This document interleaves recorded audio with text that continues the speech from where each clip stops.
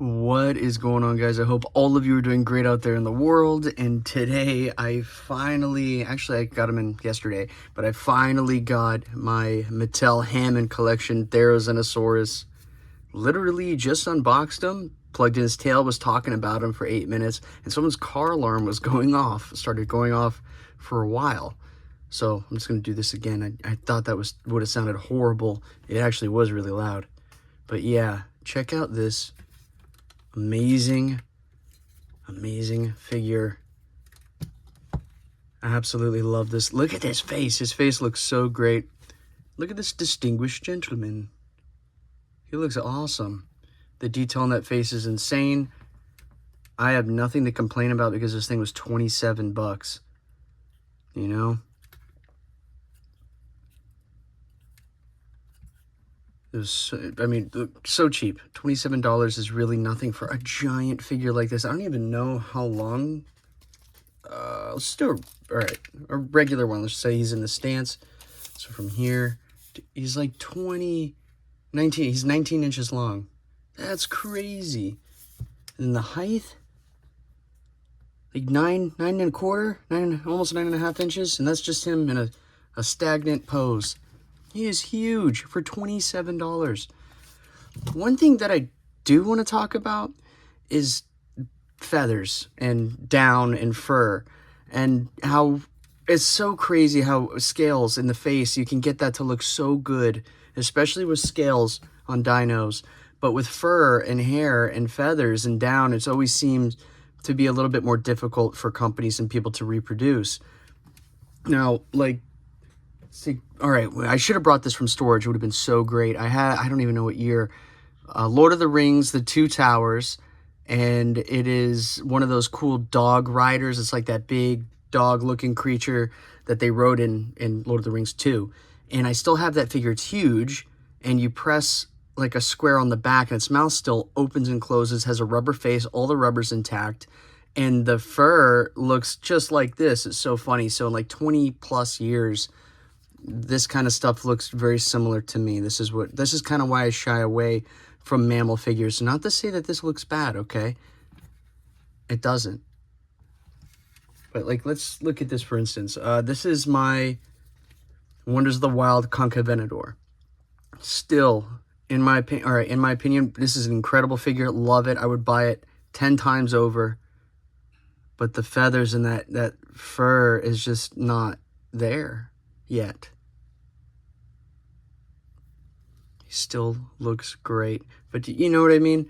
Until they figure out a way to do like individual hairs, you know, I'm a real tough critic when it comes to that. He still looks great. You know, mammals today still look great. Wonders of the Wild stuff. I think Beast of the Mesozoic is doing incredible stuff with their mammals that are coming out too, but still we can't, you know, make it look exact yet.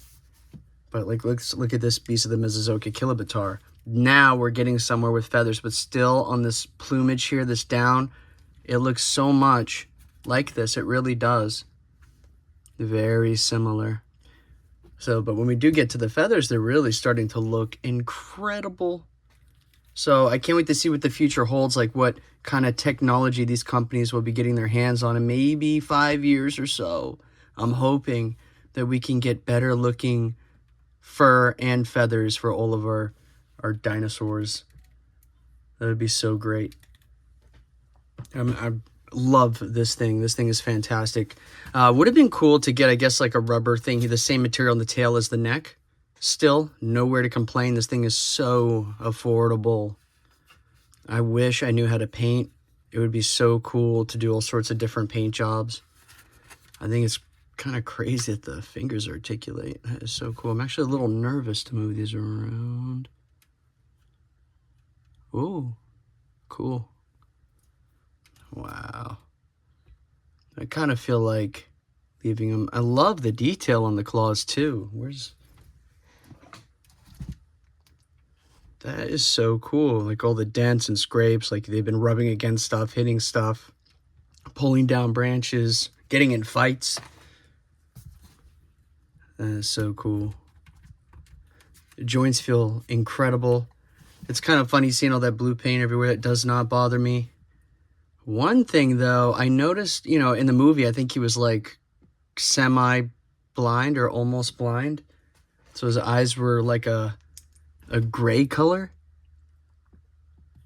I wonder if that would be cool to kind of try to gray those over, even though these glass eyes are absolutely incredible. They make it look so lifelike. That is the weird thing about this guy. They did make him semi-blind. Kind of weird.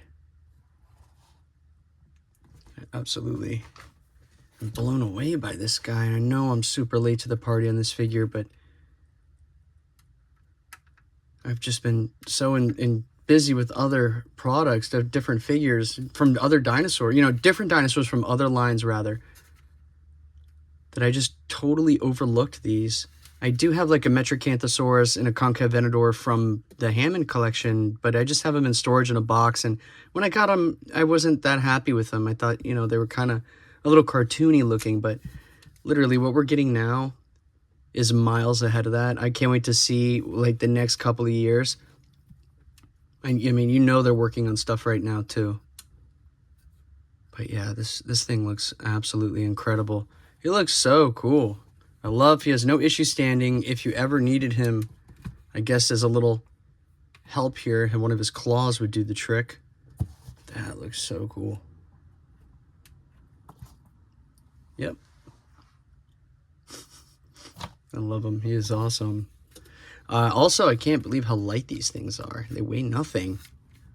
I think him and this figure are actually kind of a similar weight.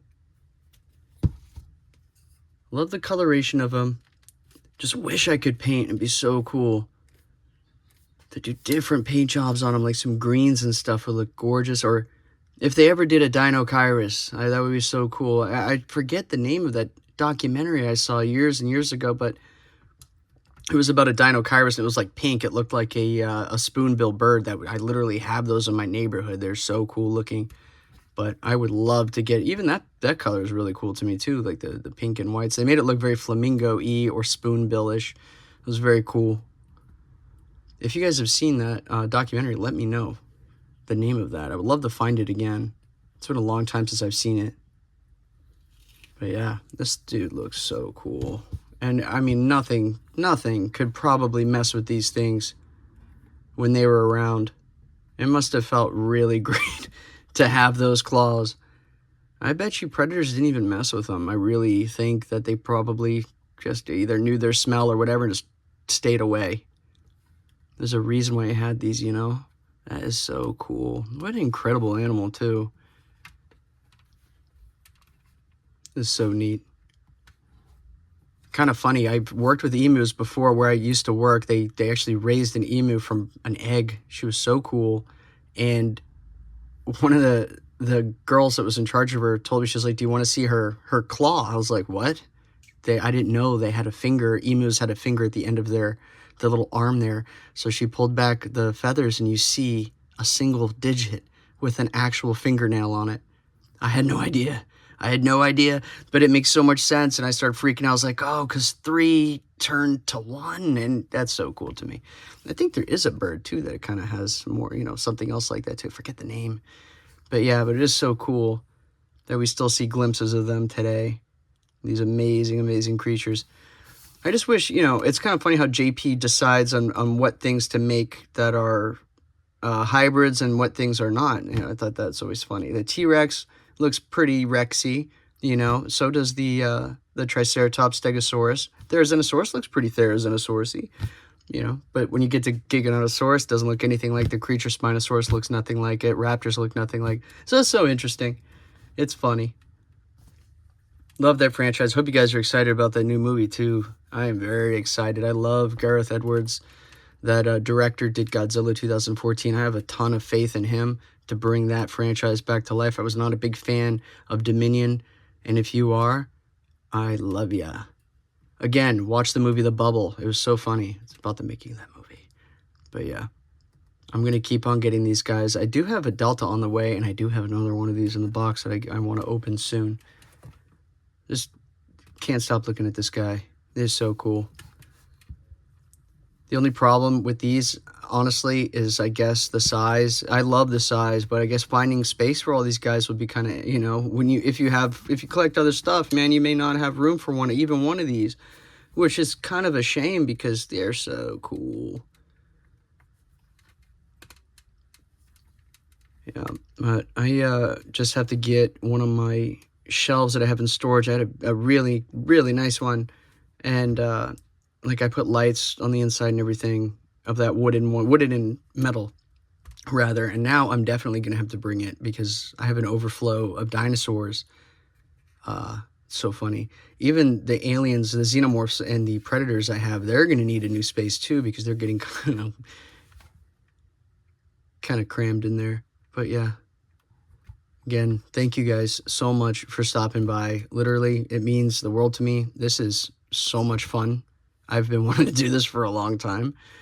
Don't kill me if I take you guys in the woods one day. There's a place near me where I know there are fossils. All right, I know that for a fact. So I want to go there soon. It's very close to me, and I want to see if I can find anything cool.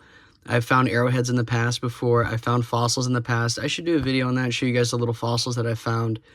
Really cool stuff too, by the way. Like nothing crazy, but like vertebrae, really good ammonite. So lots of teeth, lots of really cool teeth. So I'd love to share it with you. So Florida's a really good place for finding fossils. And unfortunately, not the kind of dinosaurs that I really want to find. I want to go to Montana and never tell anybody if I find anything. Just take it home. But yeah.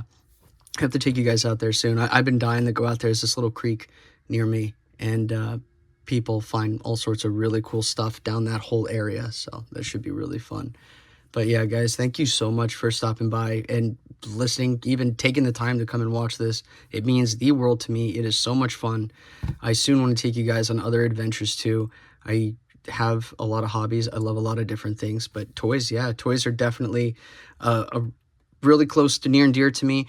But honestly, that is in conjunction with my love of dinosaurs, love of animals, and I just love all that kind of stuff. That all encompasses that, so I really want to take you guys out fossil hunting soon. I do have a trip planned looking for shark teeth soon. I'm going to be going to Venice Beach. I want to specifically find a megalodon tooth, even if I find a small one, you can even if it's a cousin, you know, a great white, I'll be happy. I'll be happy. I found some great teeth there before. I've been there before. Maybe you come back with at least 150 teeth in one day. I don't even use sifters, and I find that much with my hands. So it's really fun. But I would like to go in the woods and see if we can find maybe some ancient teeth. I think some crocodile teeth. You can find those here. I had a friend of mine show me a fossilized croc tooth that he found here. I was so jealous.